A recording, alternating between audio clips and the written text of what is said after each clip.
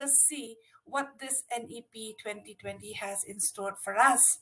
Now, the NEP 2020, envisages that higher education plays a very important role in promoting human and social well-being, and developing India as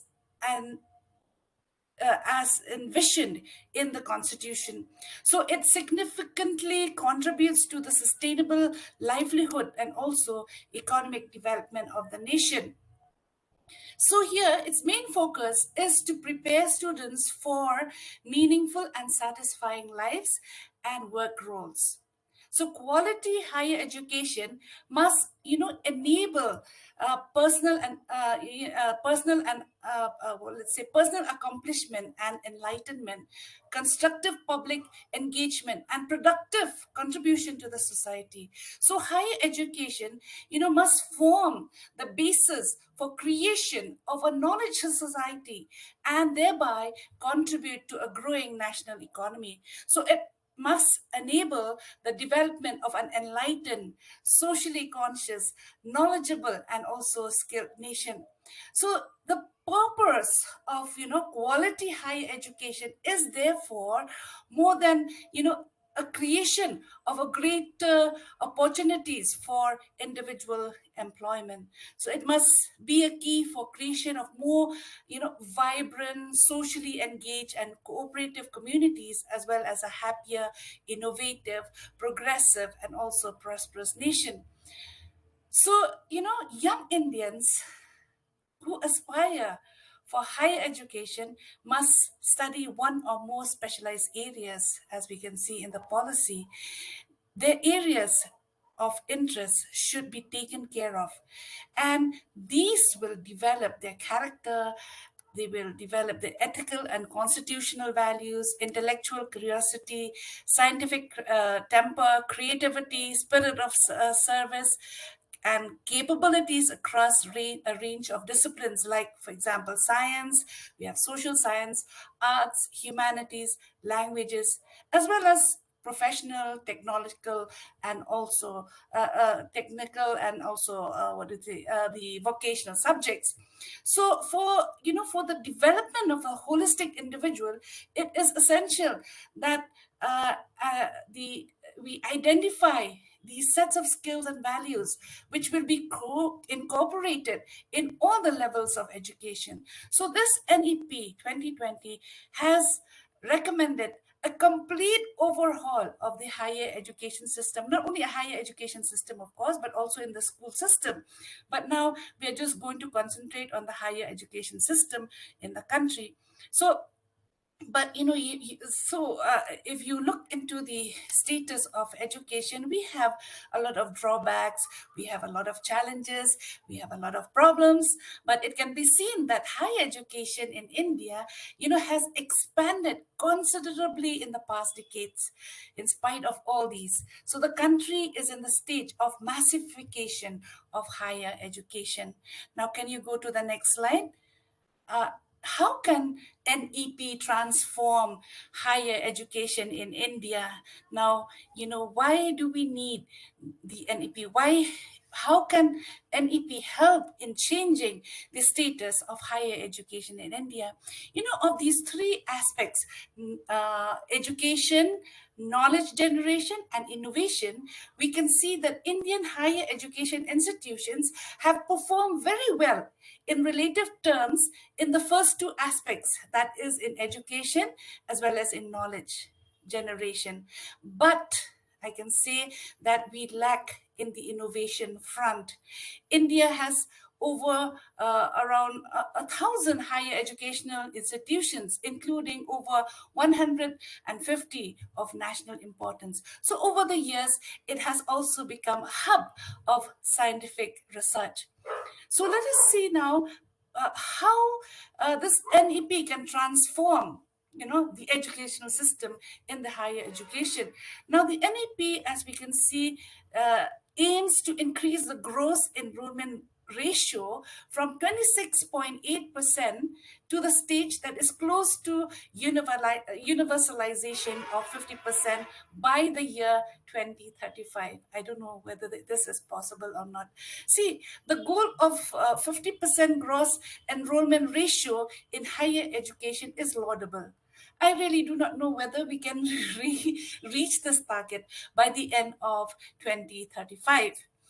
So, India needs not only to open new higher education institutions and universities, but also scale up existing higher education institutions. So, this massive expansion will not only require additional resources, do you agree?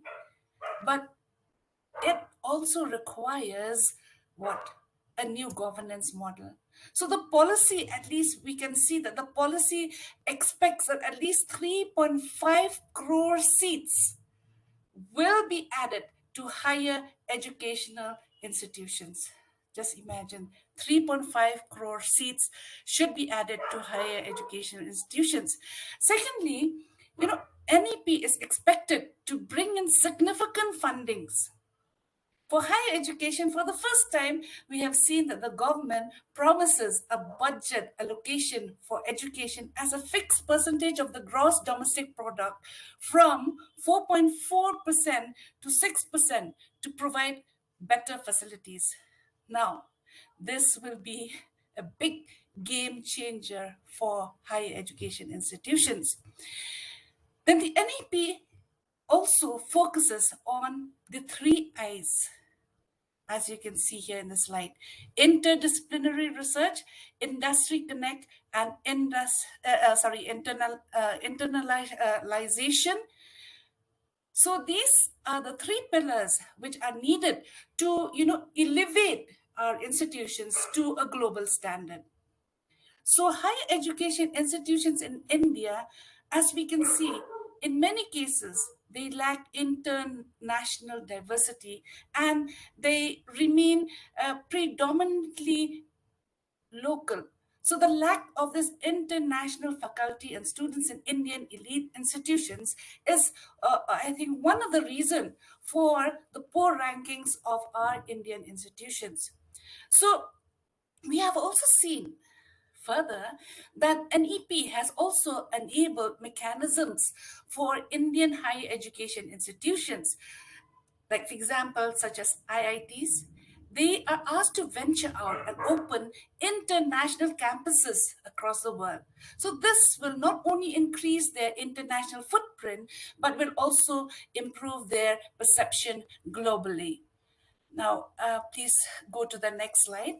Now, in the next slide, you will see how the institutions have been restructured. I just want you to read that, and you can just see in a nutshell how they have been restructured. So this vision of higher education will require, in particular, a new conceptual perception, understanding of what constitutes a higher education institution, that is a university or a college.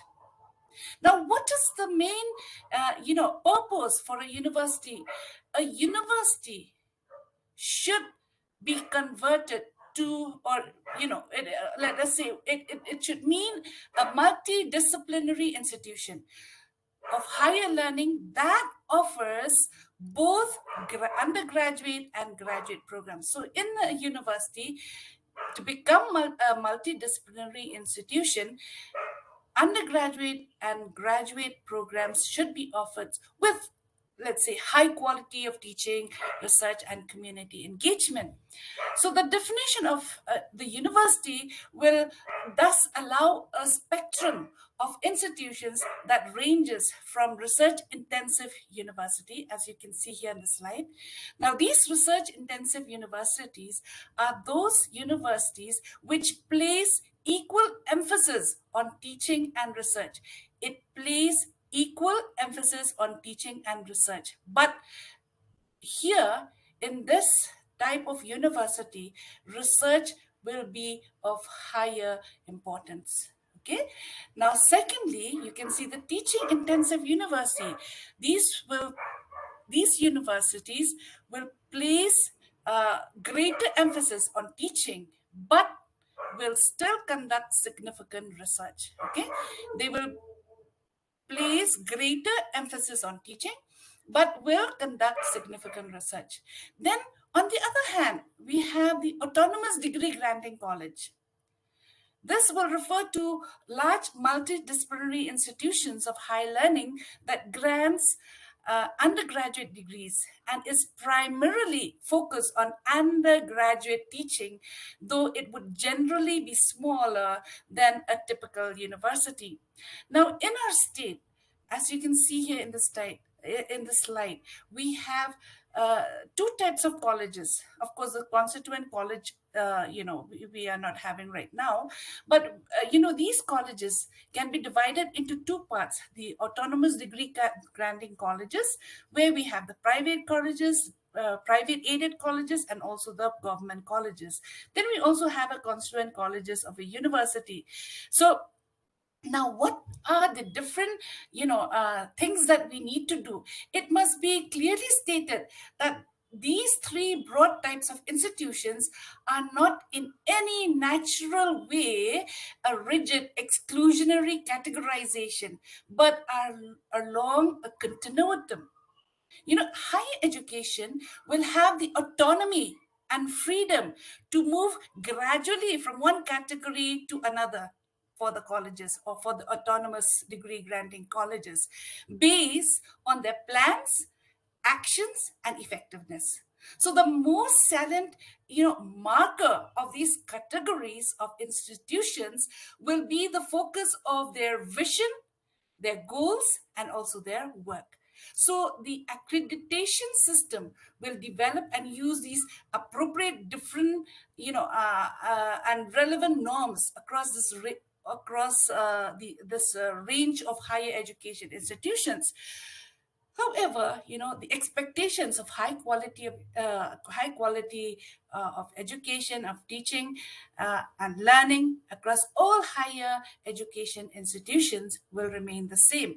So I have given you in the slide what will be the actions which will be taken by the educators or the promoters or the educational institutions. And I'm sure you have read this. So in order not to waste time, I will go to the next slide. Now, the next slide shows the major thrust areas of the NEP in higher education. So each university or each institution or educational institution or college can choose any of these, thrust areas. And, you need not implement all these thrust areas at the same time. You can take one of these thrust areas or two or three or four, depending on the facilities, depending on the capabilities of the institution. So, what should be the plan of a university or a college? First thing is they need to select what thrust areas do they want to start with, and they can start these thrust areas phase wise. Okay, depending, as I said, on your financial position, depending on the infrastructure, depending on the capacity or the capabilities of your teachers. So each institution will have to have a kind of a task force or a committee which can select the trust areas which they think they will be able to implement in their institutions. So I have written here the action plans. Now please go to the next slide. Now let us see the thrust area here, or before we go to the thrust areas. Now we talk about, the NEP talks about the holistic and multidisciplinary higher education. So in this slide you can see that they have taken lessons from these great Indian universities, and we can see that the success which these great Indian university had. So a holistic and multidisciplinary higher education would aim at development of all capacities of human beings: the aesthetic, the intellectual, the social, the physical, the emotional, and moral in an integrated manner.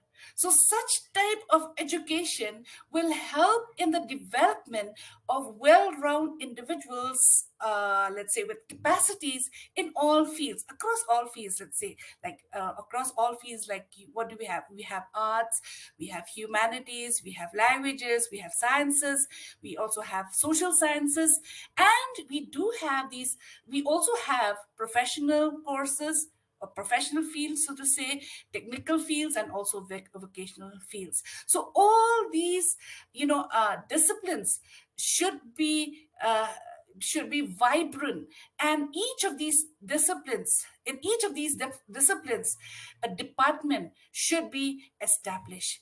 Now, each department will have a very important role to play here.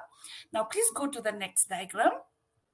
Now, this is the diagram which I just wanted to show you. I know you know already, but then just see this diagram here. As you can see this diagram, this diagram depicts the programs of higher education. So you can see here, we have the bachelor's course, the 3 years course, the 4 years course, we have the 4 year integrated course, we have the, the 5 years course, and so on and so forth. So let us first of all see, we all know that a student can exit during the first year and he will be getting a certificate. Second year, he will be getting a diploma. If he exits at the third year, he will be getting the degree. But, I will let you, I will show you a little later how we can, frame the syllabus so that, the students will be able to qualify themselves for this certificate or diploma courses after they exit. So, there may be, let's say, a 2 year program with the second year devoted entirely to research for those who have completed, the 3 year bachelor's program. Secondly, the students completing the 4 years bachelor's program with research, there could be a 1 year master's program, as you can see here. And there may be a 5 year integrated bachelor's or master's program. Undertaking a PhD, of course, shall require a master's degree or a 4 years bachelor's degree with research. So as you can see here in this type 2, this is this is the course. The 4 year integrated course will be implemented in all the composite colleges, and this is a requirement, and this I should say it is a recommendation by the NEP. And you can see here in this diagram, I have shown you how it goes about. Now, besides this institution, I would like to tell you that,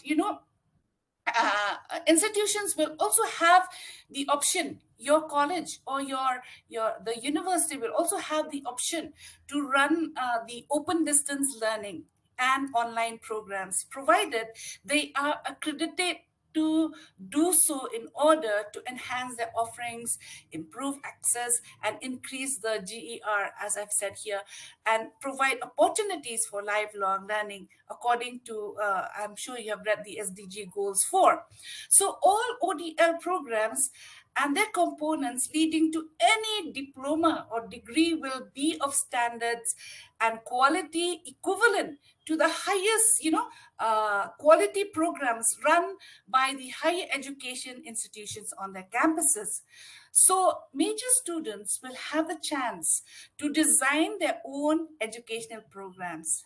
They will have the chance to design their own educational programs, and there will be counselors to help them, so that, these designs, when they design these educational programs, it should suit their interests and also their career goals. So when considering, multidisciplinary studies major, it can be helpful to consider the curriculum, application requirements, and also career career possibilities. So I would just like to speak a little bit about this academic bank credit. This academic bank credit is also a new concept which the NEP has brought about. So the main purpose for this ABC would be to compile academic credits earned by students from various educational institutions.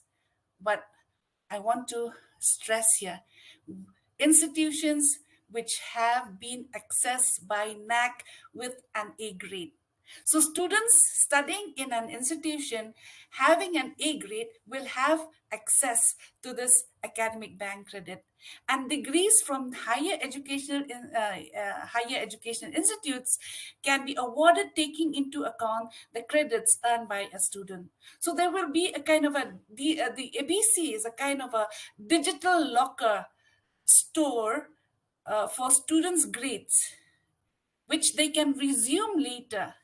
And in this ABC, they can store their credits only within 7 years. So within 7 years, they have to complete. Even if they exit in the first year, or if they want to exit in the second year, they have to complete their 3 years of degree course within the 7 years. So if they go beyond the 7 years, that means all the credit that they have stored will go to waste. So this is a very important factor that we have to remember.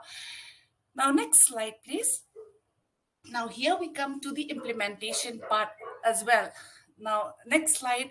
Now, this is a kind of a roadmap. See, if we want to change the system, all right, if we want to convert the institutions in multidisciplinary or holistic type of education, we need to prepare a kind of a roadmap. So this is a general roadmap which I have just tried to prepare in order for you to be able to get some idea out of it. So the flexible and innovative curricula of holistic and multidisciplinary education will include credit-based course on and projects. All right, it will include choice-based credit courses. So here, I would like to say that in Meghalaya, uh, we have not been able to introduce the CBCS at the UG level. But, the university should take this as a priority where the CBCS should be introduced in the undergraduate level. Otherwise, we cannot start or we cannot implement the NEP, because all the recommendations of the NEP will be based on the CBCS. So I hope that our university will take this as a priority area where we should implement the CBCS courses at the UG level. Now, here in this diagram, you will see how the NEP has divided the courses.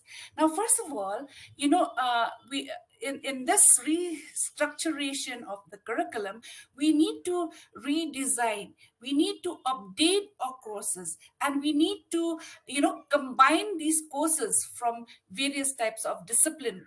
So here, in this choice-based credit system, you can see that there are four important courses that a student needs to that a student needs to what to say to complete. So here, when we look at this, you know what are the core courses? Now, what is a core core course? Now, a core course is compulsory, and it should be studied by a candidate as a core requirement in the term of a core course. Right, this is very important. And I will show you the table a little later. Then we have the elective course. We need to also have elective courses. Now, what are elective courses? Now, this elective courses, as you can see here, is divided into three types of courses. So generally, a course which can be chosen from a pool of courses, and which may be very specific or specialized or advanced, or we can say supportive to the discipline or subject of study, or which provides an extended scope, or which you can say enables an exposure to some other discipline or subjects or domains, or nurtures the nurtures the candidate's proficiency skills. So let us see first what is the discipline specific elective courses that we need to have. See, I'm showing you all this because you will have to undergo, all the teachers at the college level or at the university level will have to undertake these courses. That is why you need to have a kind of a basis for this. We might not have time to really go to the nitty-gritties of all this, but at least you can have a general idea. Okay, so these elective courses may be offered by the main discipline subject of the study. Okay, the university or college may also offer discipline related elective courses of interdisciplinary nature to be offered. That is, this means that it should be offered by the main discipline or subject of study. Then we also have dissertation, which is also another element in the elective courses. Students can experience on how to do research work, on how or conduct projects. So this is an elective course which is designed to acquire special advanced knowledge, such as let's say supplement study or support study to a project work. And a candidate studies such a course on his own or her own with an advisory support of a teacher or faculty member. So if you introduce this course, there should be a supervisor or a guide to guide the students. So this is a kind of a special course actually, involving application of knowledge in solving, analyzing, exploring, because as I said earlier, they have to develop certain types of mental capacities, higher mental capacities and abilities. So this project work or dissertation will help them to explore a real life what let's say a situation or a difficult problem. So this course it requires 6 credits according to the UGC. Those who are taking the dissertation or the project will get 6 credits. I'm going to show the credits as well.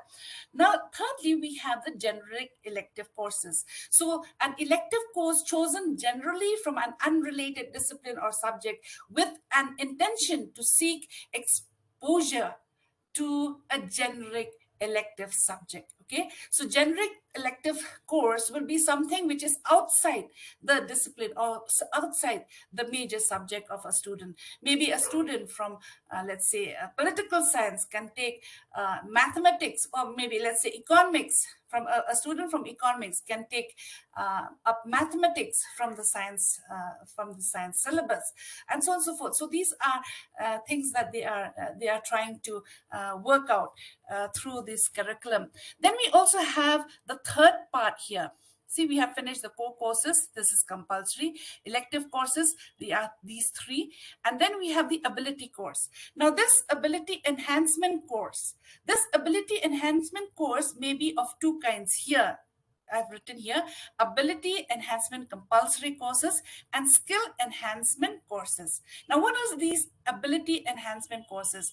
Now, these are common in all disciplines like environmental science, English communication, MIL communication. So this is mandatory for all disciplines. Okay, this ability enhancement courses will have two subjects, which is environmental science and English communication or MIL communication. So this is mandatory in all disciplines, as I said. Then we also have the skill enhancement courses. Now these courses will be chosen from a pool of courses designed to provide value-based and skill-based knowledge and are aimed at providing hands-on training, competency skills, etc. Now, these are the 2 courses which needs to be incorporated in the curriculum. Then we also have the non-CGPA credit courses. All right. So here only the credit will be counted. So students can take up these courses, like they may take these courses in the odd and even semester, but they can take courses which has 2 credits or 4 credits or 4 credits or 8 credits. It depends on their interest. And these courses can be studied through Swayam or through MOOCs. So, if they have courses which interest them, they can take up these courses, and the credits, of course, will be counted, but it is a non CGPA uh, course. That means non cumulative grade point average, right? Now, how do we implement? I just want to speak a little bit about the implementation of these courses. Now, the CBCS may be implemented, uh, I should say, should be implemented in all the colleges, you know, subject to the condition that all stakeholders agree to some common minimum syllabi of the core papers and at least follow a common minimum curriculum as fixed by the UGC. So, this curriculum is being prepared by the UGC, but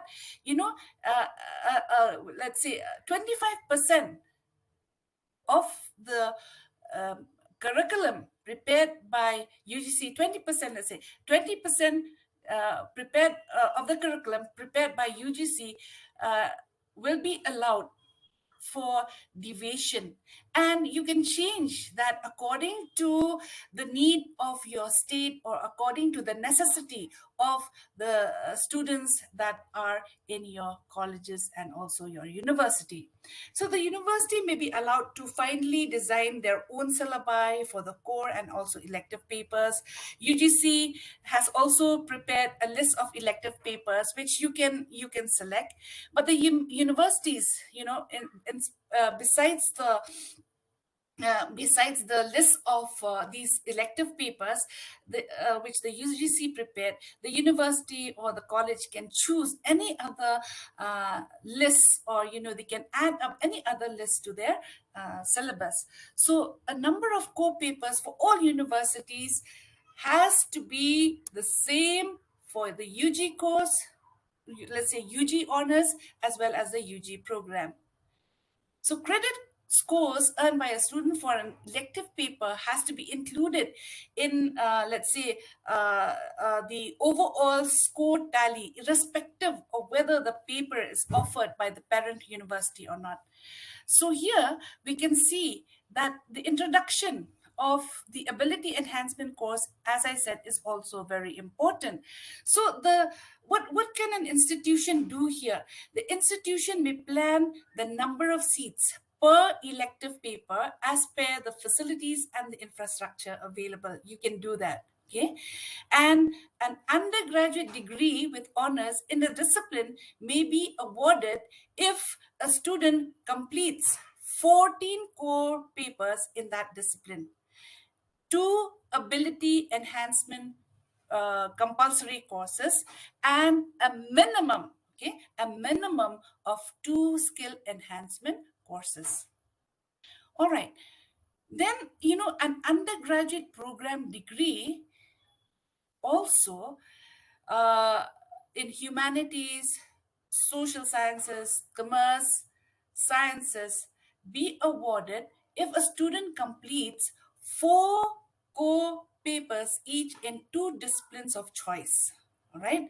So I will be showing you, because it's better that I show you in a table of forms, so that at least you will be able to understand.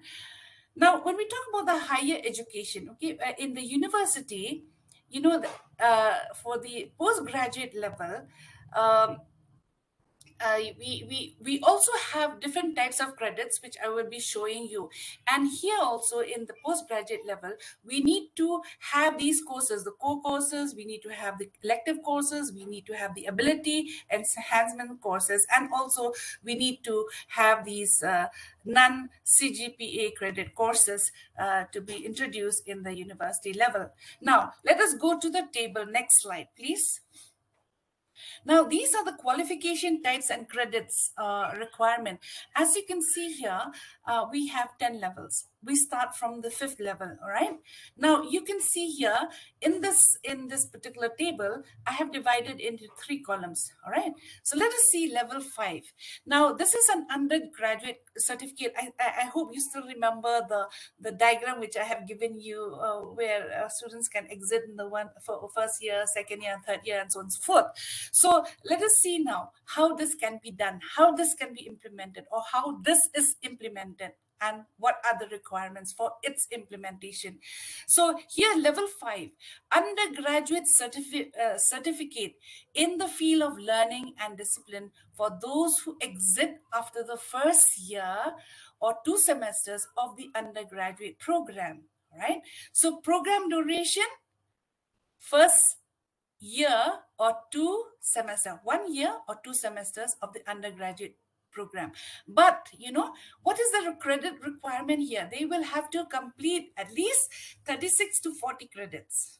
Minimum is 36 credits and the maximum is 40 credits. If they do not have these credits, they will not be allowed to exit in the first year. Then you go to the second year, UG diploma in the field of learning or discipline for those who exit after the 2 years. That means the 4 semesters of the UG program. Here, you will see that this credit requirement is 72 to 80 credits.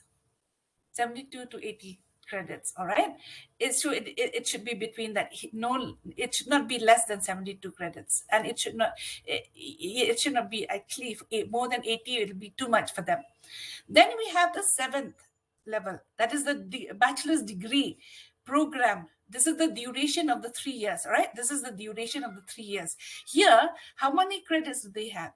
They need to complete 180 108, sorry, and it should not cross to 120 credits. So for the bachelor's honors degree here, program duration is 4 years or 8 semesters. Now they have to have 144 credits minimum and maximum 160. So they can have in between, even if they have 145 or 150, it doesn't matter, but it should not cross 160 credits. Then we come to the postgraduate diploma. See, in the postgraduate level, students can also exit after the first year. All right, after the first year. So postgraduate diploma for those who exit after the successful completion of the first year of the 2 years master degree program should also be having 36 to 40 credits. Okay, then next we come to the master's degree, that is the 2 years program. They should also be having 72 to 80 credits. Then we have master's degree, 1 year or 2 semesters after obtaining a 4-year bachelor's degree in honors or research. No, we have that. I've shown you in the other slide that we also have an undergraduate degree of 4 years, where 1 year is exclusively just for research. Okay, so if they want to go to continue and get their master's degree, then they need to have 36 in between 36 to 40 credits. Then of course the doctoral degree, they have to have the minimum prescribed credits for coursework and a thesis which will be published after they have done the work. Okay, so these are the levels of qualification. Now please go to the next level. Now, this is the credit distribution, as I have said, for UG programs under choice-based credit system. Of course, we do not have the choice-based credit system, but this is the kind of a design that the UGC has given for implementation of the NEP under the choice-based credit system. So here you can see that the core courses here, we have the core courses, we have 1, 2, 3 core courses. So the first core course will have 4 papers, all right? The first core course will have 4 papers. The second core course will have 4 papers. The third also will have 4 papers. So a total of 12 papers will be there, all right? A total of 12 papers will be there. Now, see the distribution here of the course paper. Now, the total credits for core course 1 will be of 24 credits. So a student will have to earn at least 24 credits. So each core course, there'll be four, as I said. So every semester, first, second, third, and fourth semester, they will be having these four core course one, and each of these core courses will have 6 credits. Okay, each of these courses will have 6 credits, so 6 into 4 will be 24. So this is followed. The same uniformity of credits is being followed for all the 3 credits, as you can see here. So all these core courses should be introduced at the first semester, second semester, third semester, and also the fourth semester. Now let us see the ability enhancement compulsory courses. As I said, language and also environmental study is compulsory for all papers, for all disciplines. Now this will be a total of 2 credits each, right? Not 4, but only 2 credits. So these papers will be offered only in the first and the second semester, only in the odd and the even semester. Okay, first and second. Then we also have the skill enhancement. This has 4 credits. So sorry. Yeah, these have 4 papers with 8 credits each. As you can see, 4 papers of 8 credit. Now, each paper of skill enhancement, that means the value added courses, will have 2 credits, but these credits will be introduced in the third, fourth, fifth, and sixth semesters. Then, of course, we have the discipline-specific elective. That means those who are taking majors, they will be having this. Now, these are also these also are of 2 credits, as you can see here. So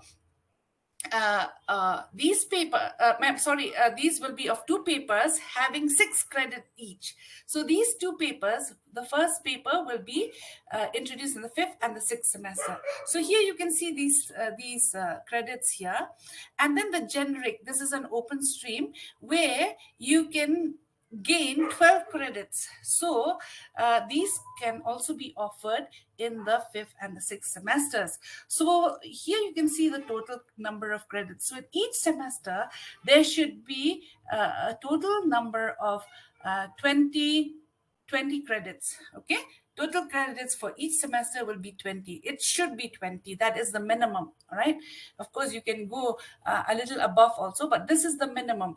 But I'm sure after a lot of deliberation, we can work on these credits as well. So these things really need some kind of planning, and we need the teachers as well to help us in planning and distributing these UG programs for every discipline, because the university alone cannot do it.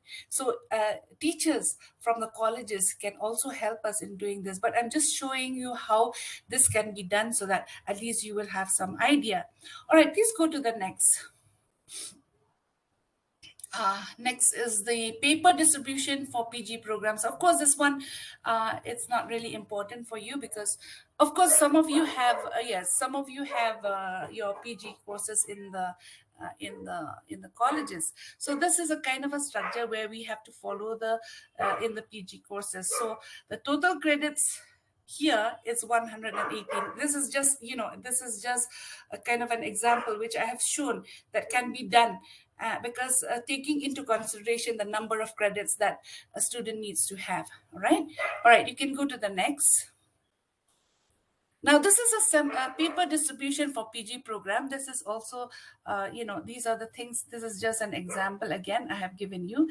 See, this is also a kind of a table where you can prepare on how to, distribute these courses. All right. Then we also have the next slide, please. Semester-wise course. Now this is the overall. You can follow this also. This is for the first and the second year. Now or the first and the second year, or the 2 years of the PG program. So this is also another example which I have shown. All right, please go to the next. Now these are the papers which which I have 1 minute. These are the papers which I have talked about. And these are specialized papers for PG programs. And we do have specialized papers for even the UG program. So the UGC has already uh, given a list, and then you can choose from that list, or you can add other specialized paper if you wish to. All right, now let's go to the next. Then these of course is the course level outcomes. The UGC, I mean the NEP and also the UGC have also emphasized on learning outcomes. Now for us teachers, this is very important, and we need to know what are the learning outcomes that we have to incorporate in our syllabus. So of course this also will need some kind of training which will help the teachers to really work on these learning outcomes. This is not an easy task. Preparing a curriculum, preparing a syllabus is not an easy task. We need to have several workshops in order to incorporate whatever the NEP has recommended, according to our feasibility, according to the need of the state, or according to the needs of our students, or aspiration, let's say aspiration or interest of the students. So these are some of the examples for learning outcomes. I'll show you some examples of these learning outcomes. Please go to the next slide. Okay, so these are the examples. We have to keep in mind, and I have taken these learning outcomes from the UGC document, and also from the NEP. The UGC document has been prepared on the basis of the NEP. So these are some of the important learning outcomes where we need to incorporate in our syllabus and also in our curriculum. So we have the disciplinary knowledge, we have the communication skills, we have creative thinking, problem solving, analytical reasoning, research related skills, we have cooperation, teamwork, and then here what did we see? Cooperation, teamwork, and then we also have scientific reasoning, information, digital literacy. This is very important right now, where we are doing we are having classes online. Then these self-directed learning. So we need to incorporate these learning outcomes as well. So these are some of the examples that I want to show you in order to be able to understand the learning outcomes. So these learning outcomes are very important, and in each syllabus we need to incorporate these learning outcomes. I have Please go to the next slide again. Next slide. Yeah, these are also learning outcomes which can be incorporated. Okay, so now let us also see what another thrust area which the NEP has stressed. Now, the NEP has also stressed a lot on. It has recommended that all educational institutions should be vibrant in research as well. Not only in research, but of course teaching. We have to connect. We have to connect both the teaching and research, right? So for doing this, we from the institution needs to know how to go about in connecting research as well as teaching. So I've just given you a kind of an action plan here where you can work on this. See, the task force should be involved in discussion, brainstorming, and consultative sessions with eminent experts from various disciplines to formulate a comprehensive roadmap for implementation. So first of all, the colleges or the universities need to have a kind of a roadmap on how to implement the NEP. So these major areas should also be identified, because if you identify these major areas, you can start them phase wise. You can start with one major area, and you also have to keep a kind of a time frame where you can implement these thrust areas. And the IQAC of your colleges or university also has an important role to play, because this IQAC can prepare a strategic action plan and also a goal for implementation of the NEP. Then you have the university or college fraternity, the college fraternity or the university fraternity should collectively work together, right, in planning and executing the policy. And there should be a link of universities and also colleges so that the vision, the mission can be achieved and decided on the thrust areas according to the needs. All right, now you can go to the next slide. Then we have the optimal learning environment and student support in higher education. This is also a very important thrust area that the NEP has emphasized. So this would help build a vibrant community of scholars and peers and resources for a large pool of students, breaking down harmful silos, enabling students to become well rounded across disciplines, including artistic, creative, and analytic subjects, as well as sports, develop active research communities across disciplines, across including, let's say, cross-disciplinary research and increase resource efficiency, both material and human, across higher education. So here, it stresses on, let's say, effective learning. This requires a comprehensive approach that involves appropriate curriculum, engaging, let's say, pedagogy, continuous formative assessment, and adequate student support. Then we also have the curriculum, which I have just explained. The curriculum must be interesting, it must be relevant, and it also must be updated regularly to align with the latest knowledge requirements. Then we also have the pedagogy.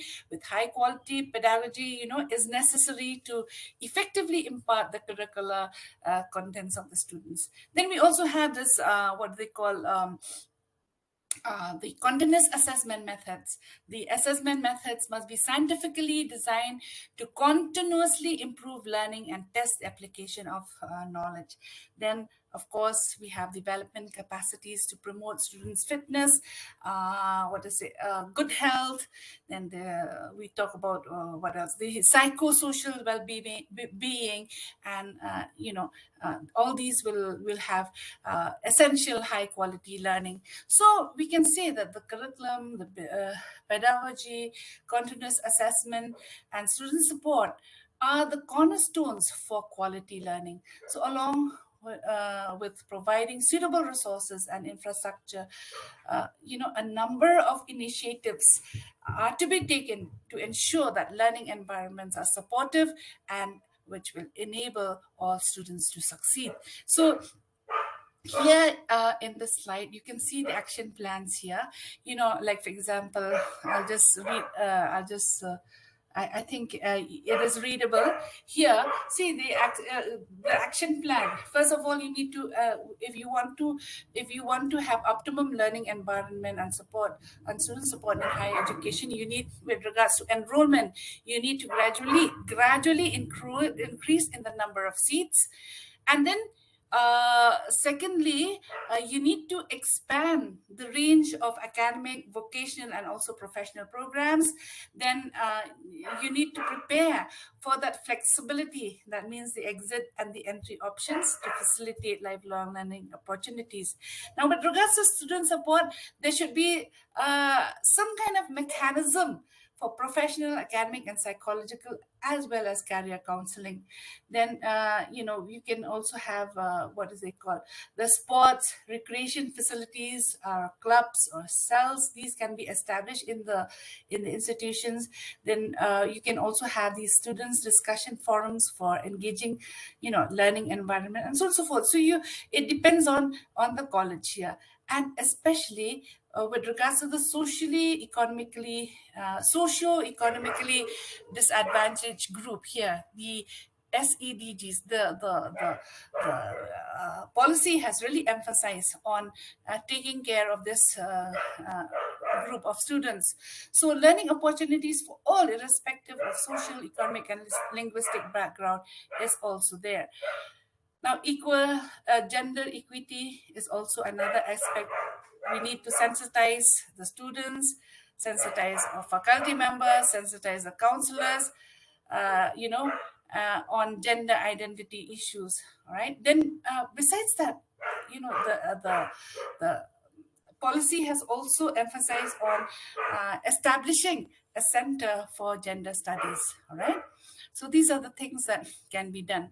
Now, let us go to the next. I hope you're not bored. Yes, am I going to? I'm almost completing. So let me just complete. Okay. I hope the listeners are not bored with what I'm saying, because uh, it's a bit, for me also, it's a bit overwhelming, because there are so many things to speak on. All right. Anyway, then we talk about the faculty members. These are the things that needs to be taken into consideration. Okay, the service conditions, career progression, professional development, leadership skills and management skills, student-teacher ratio, role of the faculty, preparing institutional development plans, autonomy in conducting research projects, and so on and so forth. So, with regards to the faculty, also the NEP has given certain guidelines which can help the institution to prepare these service conditions and career progressions, and also professional development. Like, for example, there should be a clearly defined and transparent process and criteria for faculty development, timely promotions under CAS scheme. Then maybe what else? Linking of high impact research contributions, with fast track promotion system.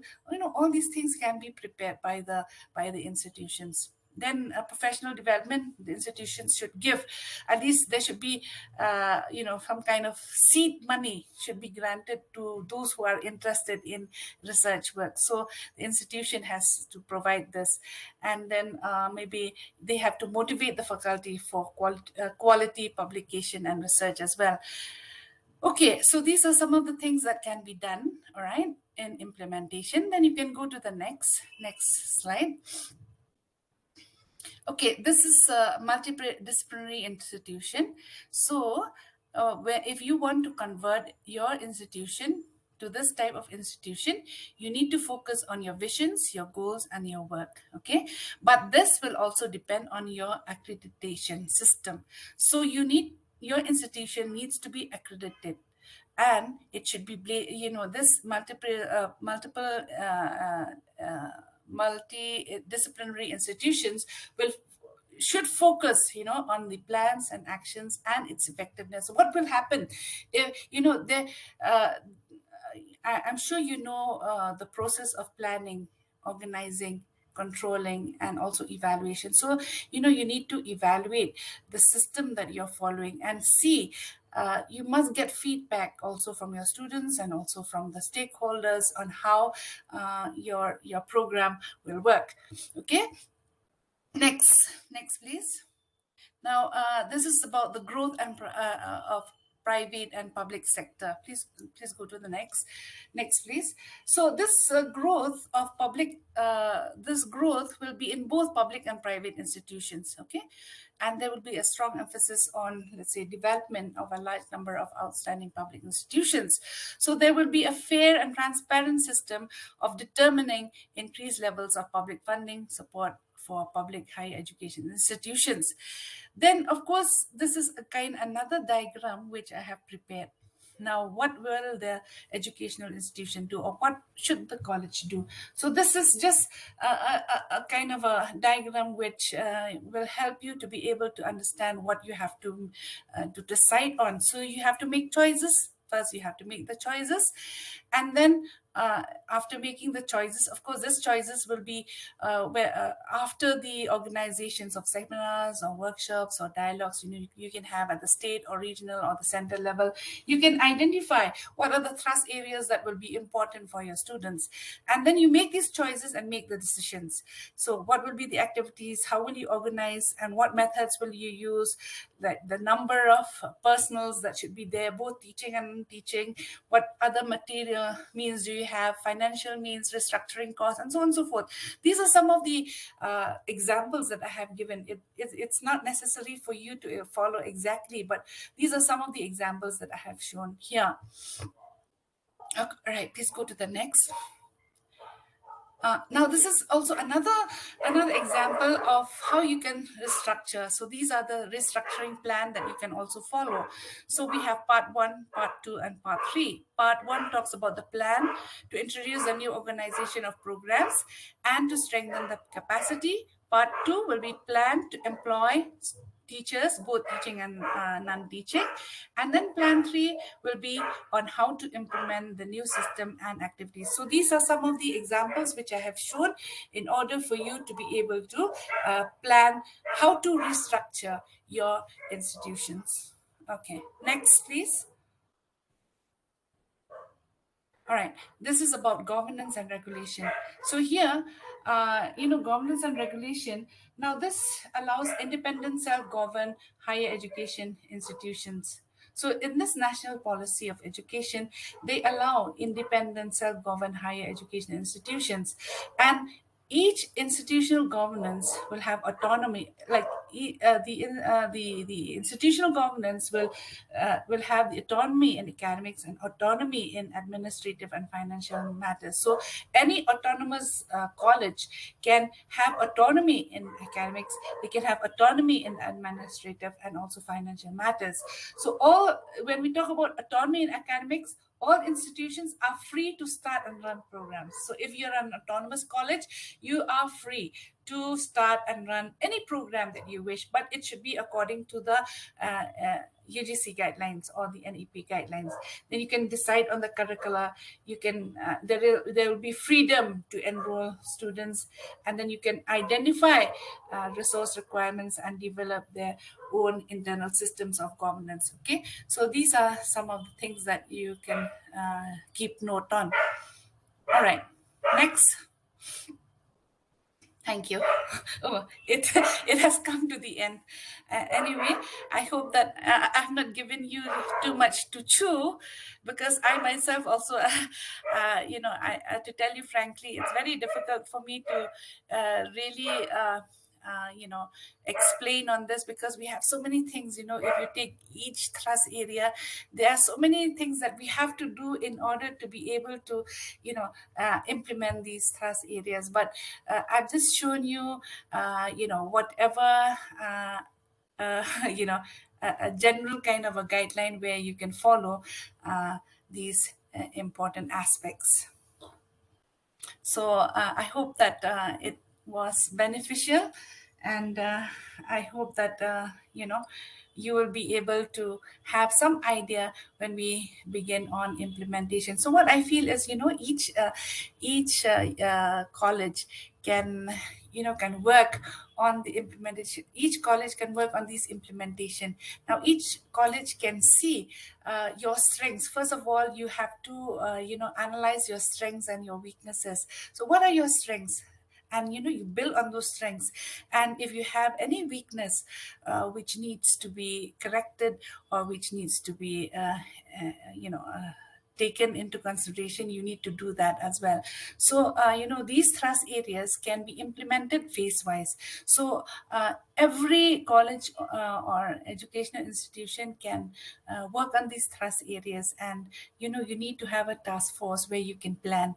So I do not know how this will work, because at the university level also we still have a lot of difficulties. We need to have several workshops on this, and with the help of the university, I think the colleges can also help us in formulating a kind of a system where it'll be according to the NEP's recommendation. And not only that, it should help our students to be able to get jobs, and also we need to also have courses which will help them to get better jobs elsewhere. Or maybe the courses should be at par with the other courses which are being provided by other institutions, so that the our students from here will be able to compete with the other students in and around the country. All right, so thank you so much. I think my voice is getting sore, so I've been speaking right from the morning. So I just would like to stop at this point of time. And thank you for giving me this opportunity. And I would like to thank the MCTA coordinators and also the president, Dr. Buam, and also, our coordinator here, Nang San, for giving me this opportunity. Thank you. Over to you, Nang San. Thank you so much, ma'am, for that presentation. It was very informative, I hope, for all the participants here. But we're not done yet. So now we will take a few moments to fill in any questions that we may have with regards to the presentation that Professor Suma had presented just now. So in case there are any questions, any queries that you would like to put forth, then you can kindly unmute, or you can simply type in the chat box over there. So you have the chat option. So you can place it there, or you can just unmute yourself and you can just place your question. Yeah, Nang San, I think you can write in the chat box also, because sometimes, it's not clear when you speak, I do not know whether my voice was clear or not, but then sometimes, when we speak, it will not be very clear. Yes, exactly. So any of the participants, if you have any questions, you can type it out in the chat. Nang San, Yes, I think not only questions, they can also give their feedback. We want their feedback. We want their suggestions as well, because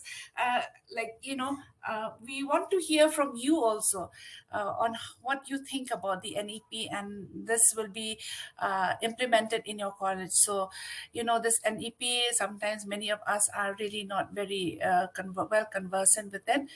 So I think some of you who are well conversant with this, you can also share your viewpoints. It's not only asking questions, but also share your viewpoints. Let us interact.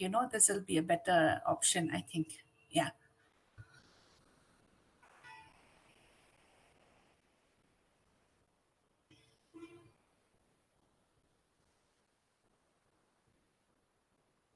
So my dear colleagues, if you have any comments, any suggestions, any questions that you would like to field at this point of time, you're welcome to do so. You can type it out in the chat box here, over there.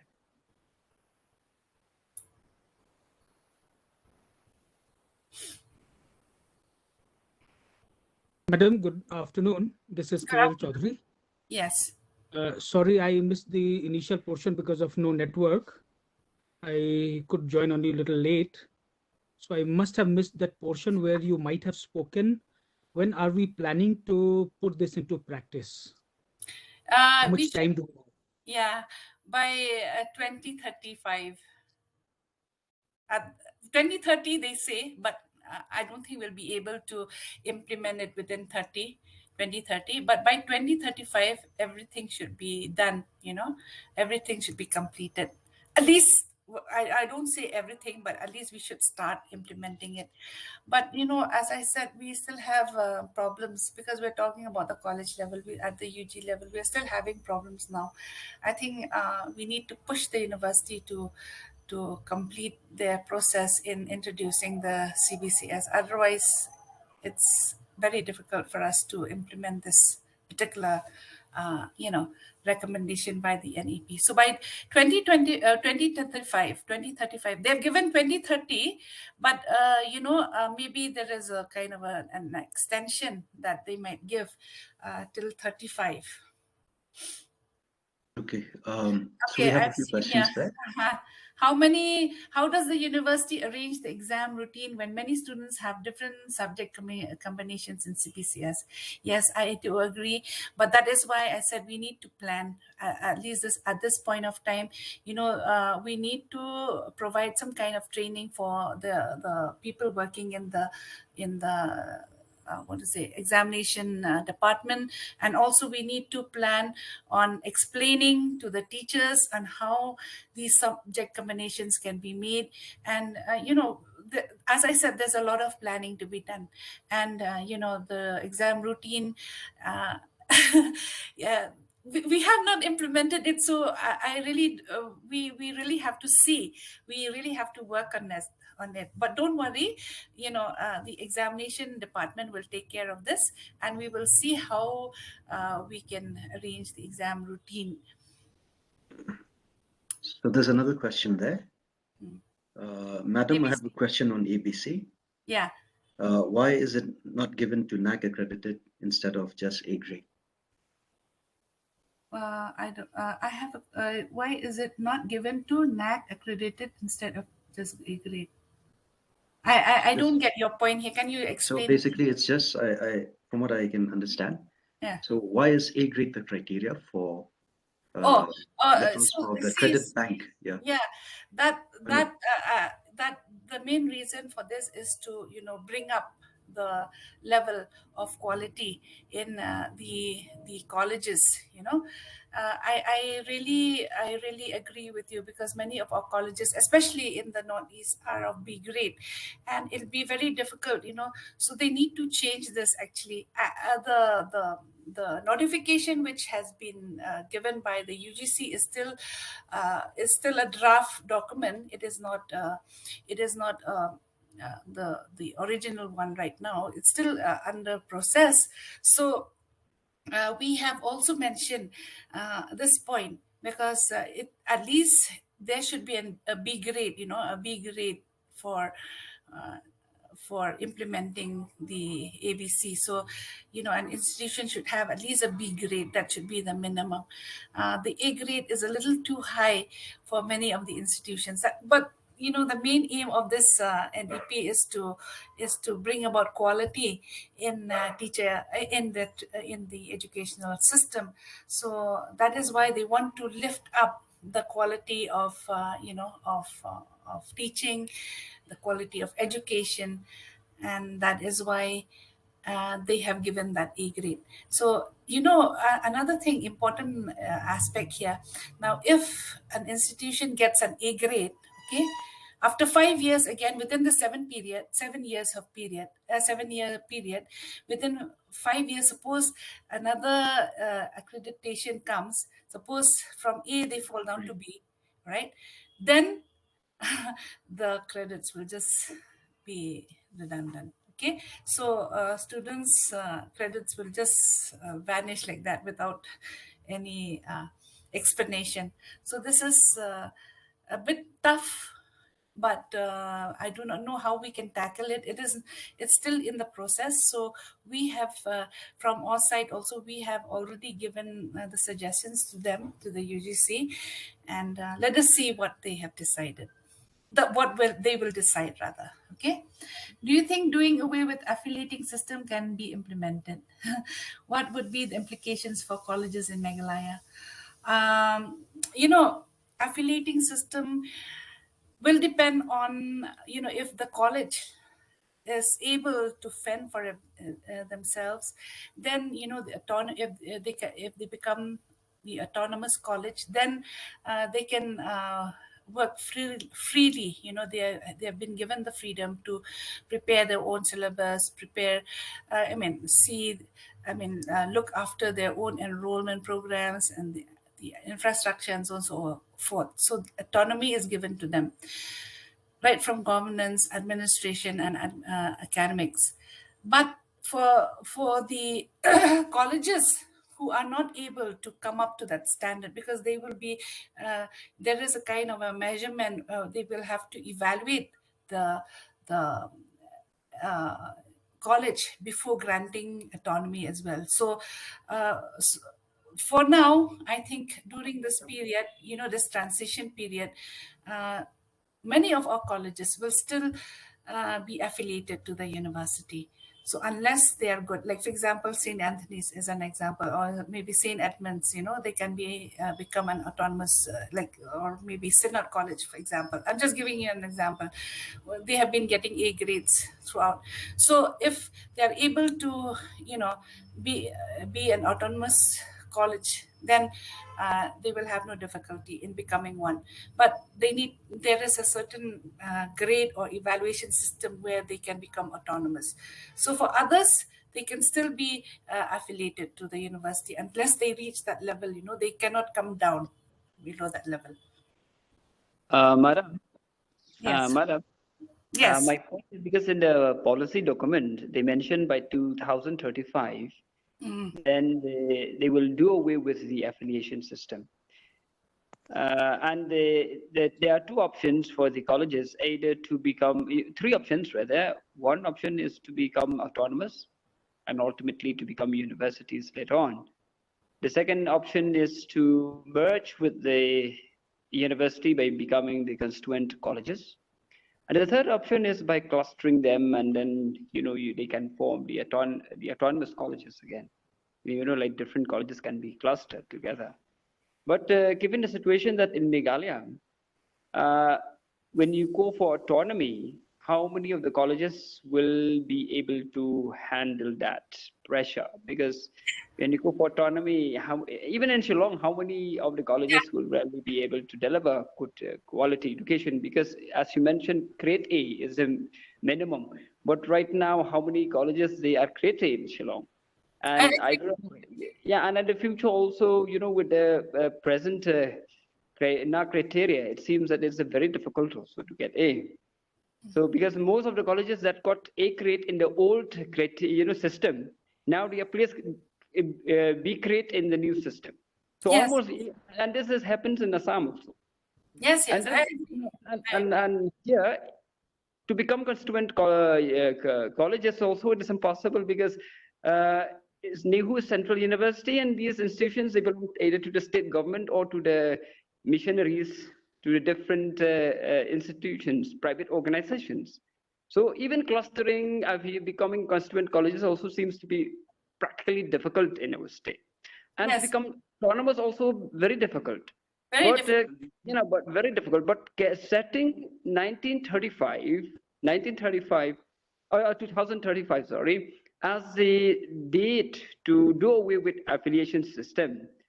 So what will be the implication? One for the colleges because Nehu they will be pressured, I believe, to go for to discontinue with affiliation system and they will go for full research kind of a university and to be in line with the other central universities that would go for for full research kind of institution. So and in Meghalaya also we don't have a state university to to be to take care and to become the constituent colleges of the state university. So here, especially in Meghalaya, because we are dependent on the central university, so what would be the implications for the colleges? Because is it realistic to put 1935? For me it is not. Because as I said, right from the beginning, when I gave the introduction, I said that this policy, it seems to be very ambitious, and I do not know whether we'll be able to implement this NEP by 2030 or 35. I really doubt, because in this particular area of ours in the northeast especially, it's very difficult. And we've been working at the national level also, we've been working on this curriculum, and they have set up certain norms which is not which is not really inconsistent with our area here in the northeast. So I was a representative from the northeast, so I had mentioned all the constraints that we are having here. So we are working on it, and we are seeing how we can work on the implementation part. I do agree with you. Many of us will be affected, and I don't think by 2035 we'll be able to complete the total, uh, revamping of our colleges to become autonomous. But I think this is a kind of a slow process, and we will have to wait and see. But efforts should be made from our side, from our university, to help the institutions. But I do not know. Let us just be positive, okay? Let us just be positive. As I said, we will take what our, we can see what we can do. That is the only thing. And what we can't, maybe we can later on we can ask for extension of time. There's always a way in which we can work on these different challenges. And I'm sure the government will also see how we can work on it. một thì đồ bằng thì tengah orang bang ana bang mana awal jam bang. Thank you, Mukim. Thank you, Banskem. Dr. Banskem, thank you for your. Hey, but so you see, this is the thing that I wanted to know from the colleges also. So we will be keeping it in mind when we work on the implementation part. And let's see about the year, because I think this year can be flexible a little bit, especially for the Northeast. Okay? Madam, if Yes. I may raise another issue, because when you look at this policy document, it states that higher education in the future will be, the regulation will be light but tight. Mm-hmm. This is a very important statement. Yeah. Wherein they will establish those different regulatory, those different bodies like the fund, there are certain body for financing, and one particular body is for regulating. Yeah, And regulations, regulation, and if we go by that higher education regulatory commission bill that they tried to bring in 2019, I think, yeah.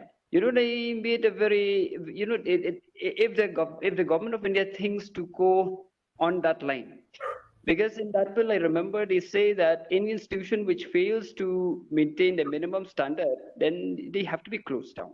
Yeah. So if we go by that logic, and if that regulatory body or regulatory commission is established, though they say regulation is light but tight, so tight here means that if you fail to maintain certain minimum programs, then you'll be asked to close down. So in fact, in the past also, we have seen that certain institution in Meghalaya, though temporarily, but they were asked to close down.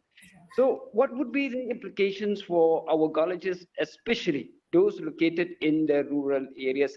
Because if we go by the national standard, because UGC is sitting there, Delhi, Government of India is sitting in Delhi, so they make the policies and programs that suit those conditions. But we have, as you correctly said, we have our peculiar conditions in our state.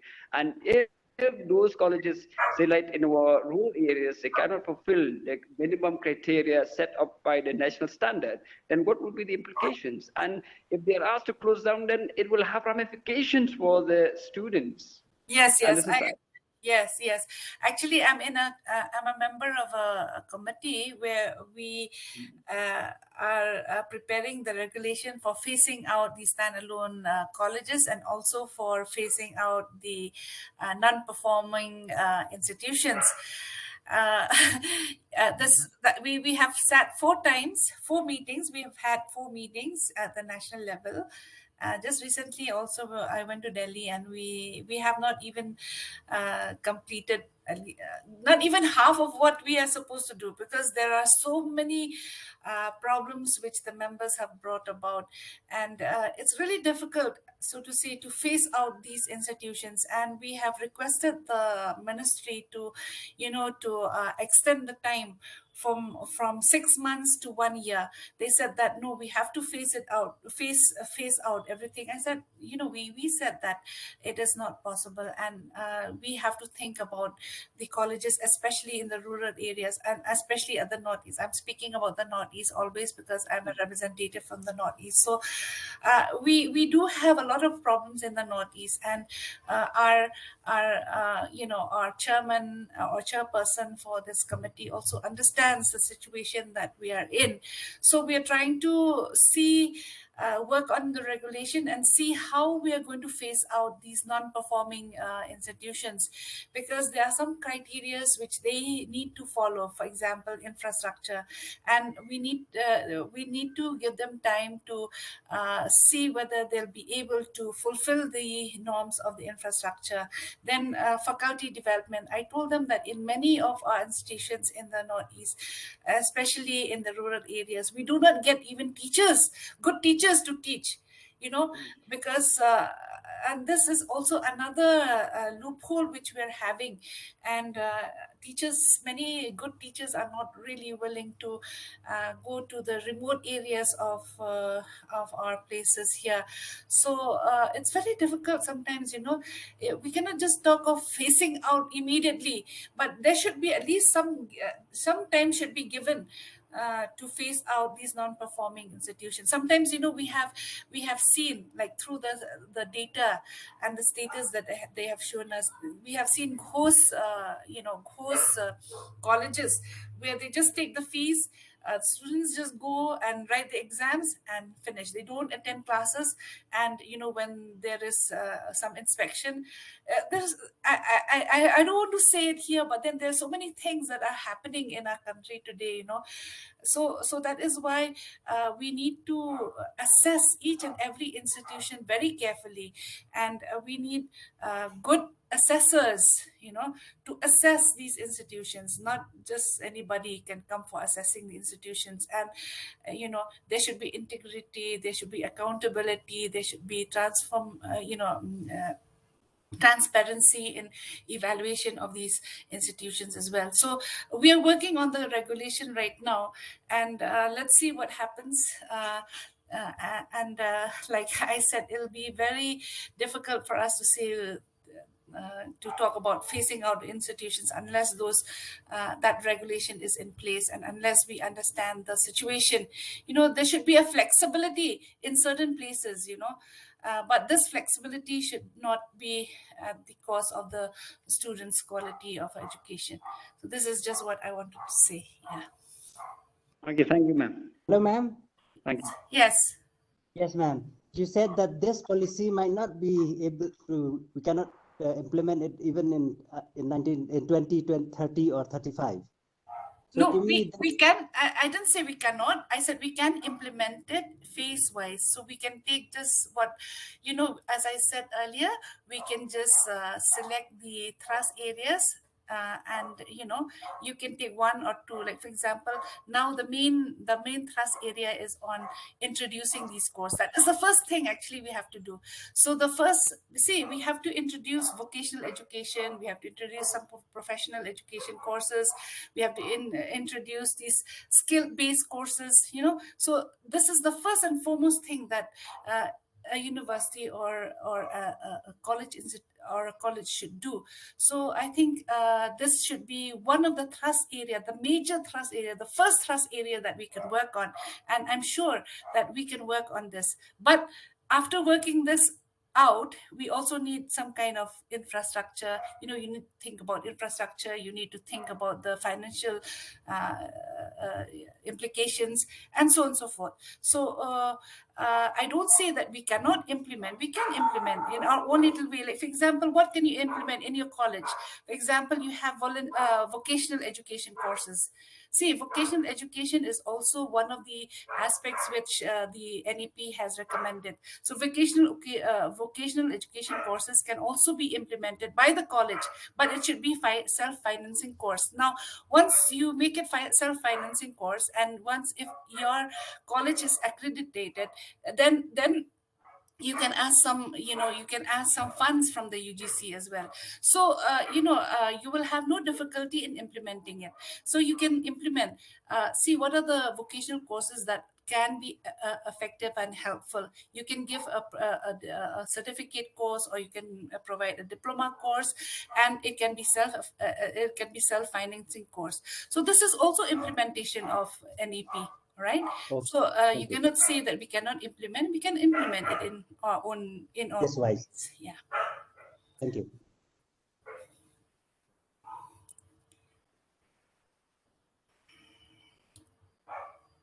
Are there any more observations, comments, or questions?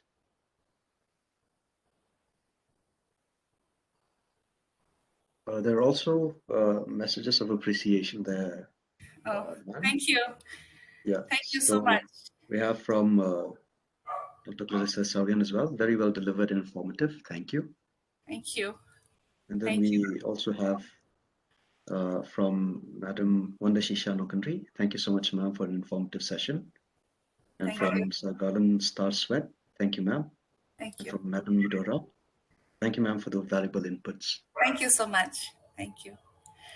I think we need to have different sessions, like we are planning to involve the college teachers as well. And I think each discipline, each subject teacher needs to have that kind of a responsibility for, uh, preparing on the implementation. I think each college will have to work on this. Now you can have a plan, and we are always there to help you. So we would like to you to have some kind of plan on what you're going to do. First, you can start with of course, syllabus will always depend on the university, syllabus preparation. The implementation of CVCS also will depend on this thing on the university.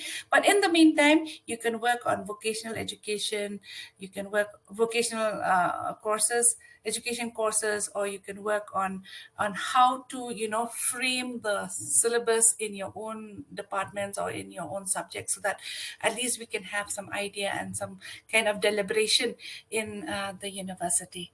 Okay. Yes. So like you rightly said, ma'am, so this is just an initiation of Yes. Yes. conversation on the national education policy. Yes. We'll be having more discussions on this because Yes. it still requires a lot to be ironed Yes. out. Huh. And of course, this being the start, so definitely we will encounter a lot of issues, a lot of challenges, but together I hope that we can somehow come out of this much better, improving the quality of education Yes. as a whole. So I think we can end here for this program. I do not see any more questions coming up. So a lot of appreciation messages over there. Thank you so much, ma'am, for your session. Thank you for your valuable inputs. Thank you, ma'am, and thank you, Nelson. Okay. So anyway, I would like to formally thank Professor Sumar for Thank the you. wonderful presentation, informative and valuable. And within short notice, we really appreciate your willingness to participate in this program. Thank you, ma'am. Thank you to all the participants of today's meeting, all the teachers from the different units of the MCTA. Thank you for joining in, and thank you for your questions. Thank you for your observations. And we will continue to have these conversations within our association and within our units as well.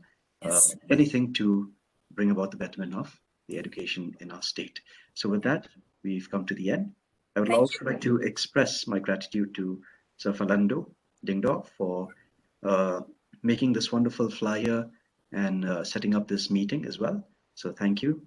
And to all those involved in ensuring that this program happens, the President, Dr. B. Buam, thank you so much. And with that, I thank you all till we meet again. Okay. Thank you. Thank See you, you ma'am. all. See you. Have a good weekend.